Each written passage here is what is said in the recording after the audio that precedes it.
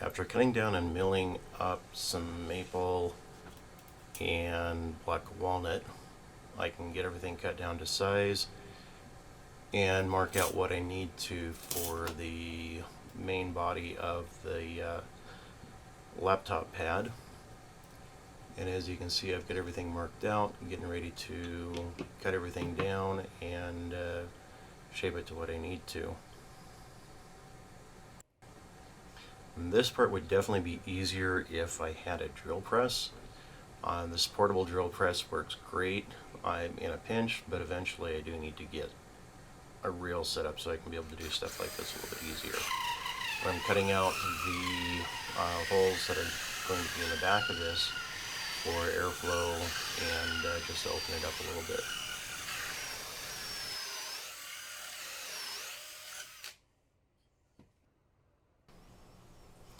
Now to get the edges of the inserts cleaned up, make them a little more straight, and also get the other portion in the middle cut so I can be able to get that opened up and cleaned out.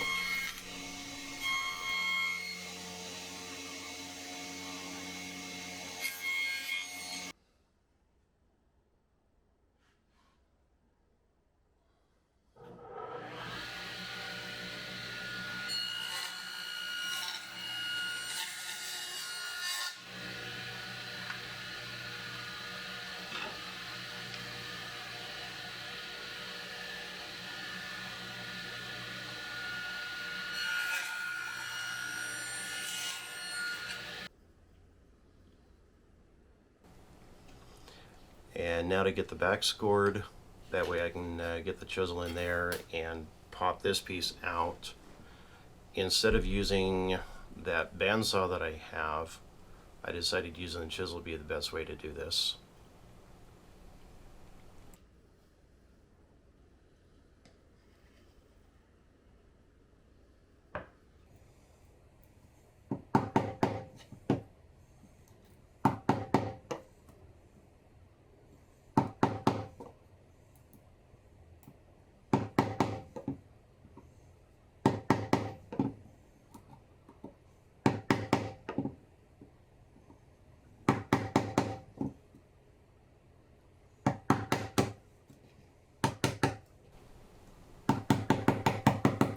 And with a few taps, I can get that piece broken out, get it clamped into my vise, get it cleaned off, get it to a nice even edge, and just a little bit of sanding will be able to get this to a nice finish and get it all evened out.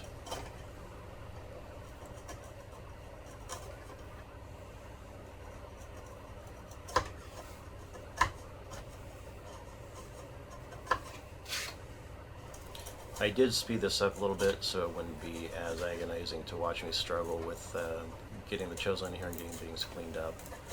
But it did the job, and you'll see at the end where it looks actually really good.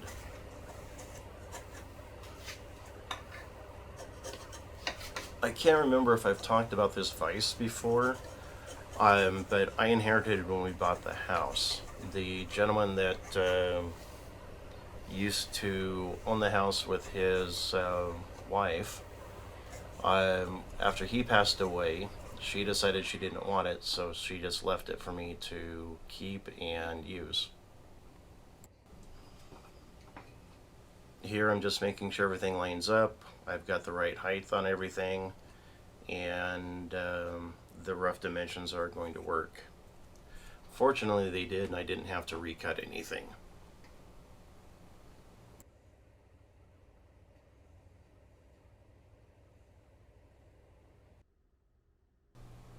I used the cutoffs from the sides of this so that I could be able to create a flat or parallel angle on these to cut the rabbets into.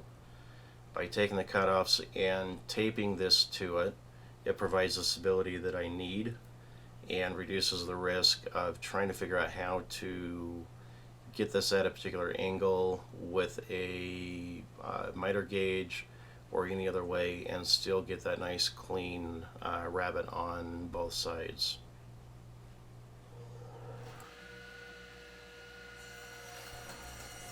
The video for this ended up being a little bit delayed, more so than what I intended. I have been rushing to get a lot of projects outside finished up before it starts getting too cold to do anything. And I've also started taking a furniture making and design class at Salt Lake Community College, just so that I can try and figure out how to adjust some of my techniques and learn how to do things maybe a little bit better, and get some help with figuring out dovetails and figuring out what I'm doing wrong with tenon and mortise, and see what I can do to increase my skill level and comfort with working with more advanced techniques with furniture making.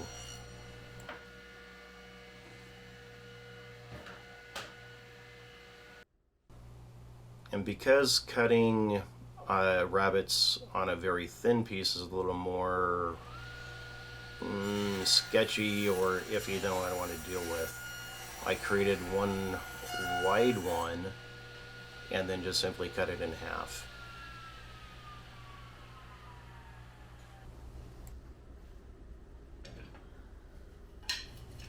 And with all the rabbits cut, now it's time to start getting the bottom ready to go, getting it measured out, getting everything fitted, and start getting all of that put together.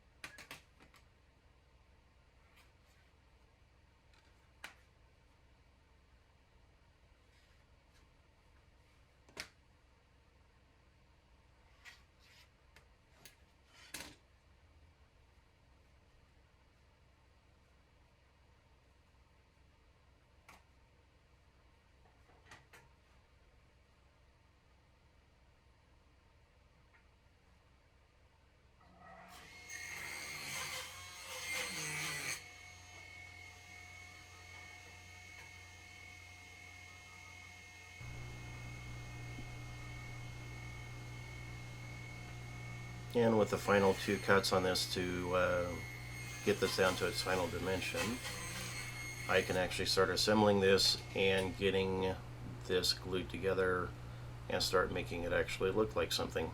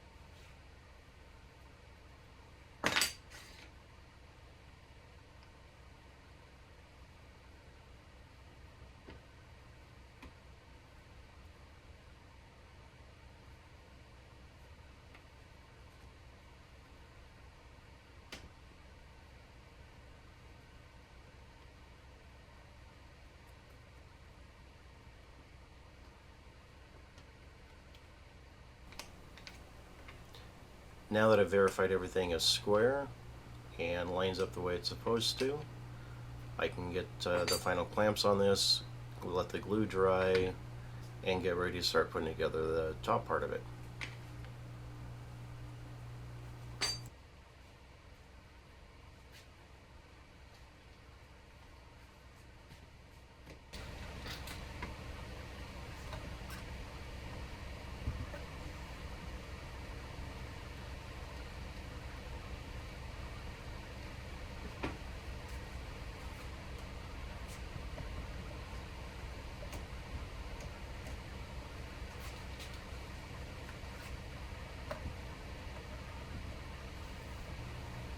And with any other project, you can never have enough clamps. Even if you think you have enough to start with, you always realize that you need to add a few more just to keep everything nice and tight and glued together.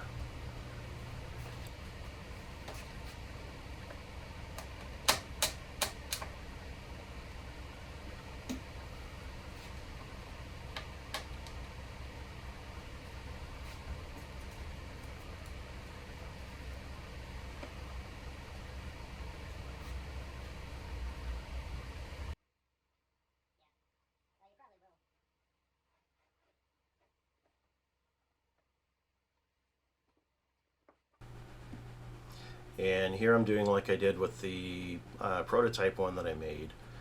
I'm just going to glue some outdoor carpet to the bottom of it just to make it a little bit softer and just kind of finish off the bottom side of it.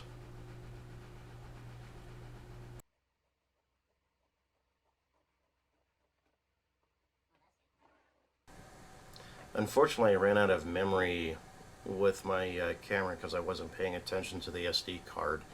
So I was not able to film getting the top put together and get everything cut out to match the venting on the bottom of my laptop.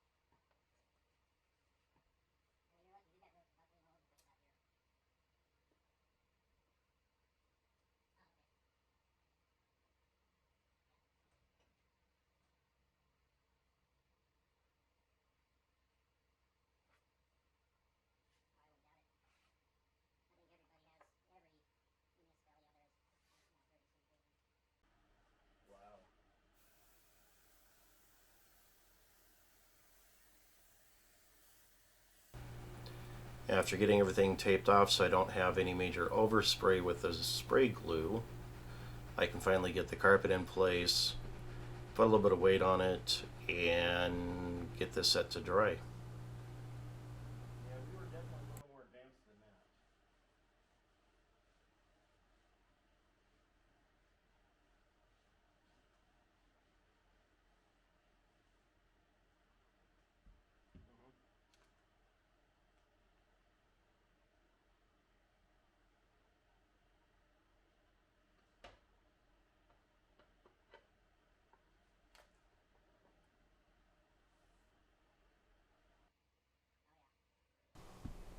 After a little bit of final trimming, we can get this all cleaned up and ready to start finishing it.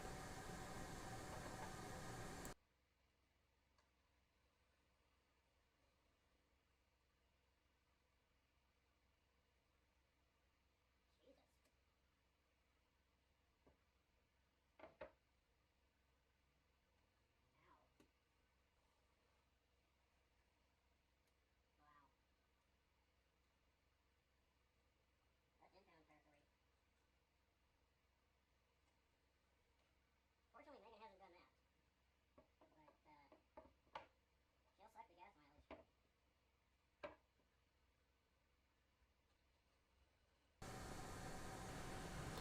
And here's the final look of it. I have applied the oil to get it finished, and I think the walnut and maple turned out really well together. I did create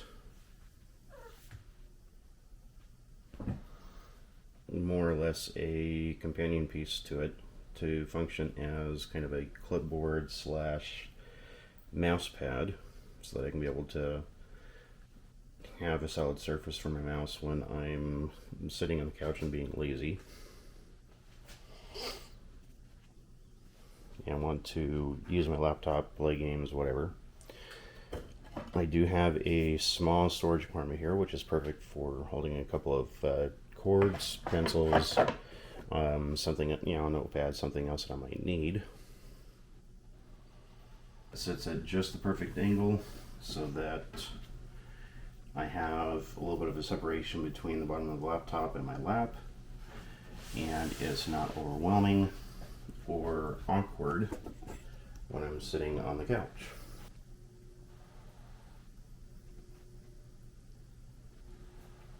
And hopefully that gives you an idea of something else that you might be able to put together. A little bit creativity. And I appreciate you watching, and I'll see you on the next video. Thank you.